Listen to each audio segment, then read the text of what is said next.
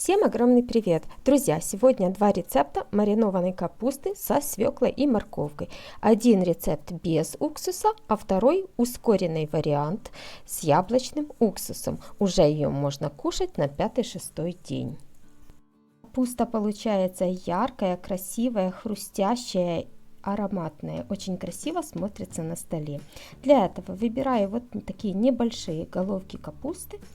Еще для этого мне надо свекла очищенная, морковка, чеснок, перец чили, лавровые листы и специи, это укроп и черный перец. Разрезаю капусту так, чтобы получались вот такие четвертинки. Или же можем порезать сразу на порционные небольшие кусочки, то есть нарезка по желанию любая. Я же специально ее делаю двумя способами. Морковку кружочками и свеклу тонкими пластинками нарезаем. Получается на 1 трехлитровую банку 1-2 свеклы вот таких маленького размера, перчик чили, горсть чеснока, тоже порезала его, и 1 большая морковка. И укладываем все слоями. Я буду все ее мариновать в миске. У меня к ней есть пластиковая крышка. Можно ее делать просто в кастрюле с крышкой или же например, в обычной 3-литровой банке. Все продукты укладываем слоями: капуста, морковка, свекла, чили, чеснок порубленный, лавровый лист, специи. И делаем теперь маринад. На 1 литр холодной воды 2 столовых ложки соли без горки, столовая ложка сахара. У меня из расчета на 2 литра, соответственно, удвоенное количество. Заливаем холодным маринадом, сверху укладываю тарелку, чтобы прижать капусту, она пустит еще дополнительно свой сок, и сверху ставим какой-нибудь груз и оставляем при комнатной температуре от 3 до 6 дней.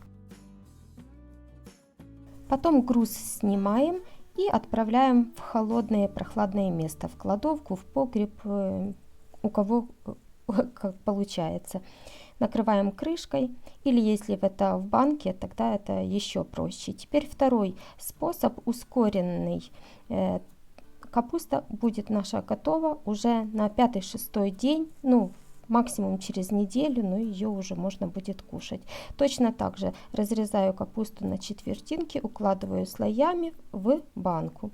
И теперь делаю маринад. На 3-литровую банку мне надо 1,5 литра холодной воды, 2 столовых ложки соли без верха, столовая ложка сахара, 100 мл яблочного уксуса. Он более нежный, нету этого синтетического привкуса. В конце, когда закипел маринад, добавила уксус и заливаем горячим маринадом, накрываю крышкой, оставляю на 3 дня при комнатной температуре. Дальше отправляем в холодное прохладное место, в холодильник, в погреб, в кладовку, и через неделю максимум уже такую капусту можно кушать. Оба варианта приготовления такой капусты хорошие. Капуста получается вкусной, хрустящей. Вот различия между ними: слева у меня капуста, приготовленная вот этим горячим таким маринадом, залитая с добавлением яблочного уксуса. Такая капуста имеет более ярко выраженный цвет, чем та, которая справа, которая готовилась без уксуса. И наверное, вот эта капуста без уксуса, она более имеет такой кисловатый вкус, чем та, которая быстрым способом приготовленная. Да, еще не сказала, что вот эта свекла, маринованная с морковкой, они получаются очень вкусные. Вот так присыпать лучком или репчатым порезанным, или зеленым, сверху полить маслицем. Это очень вкусно.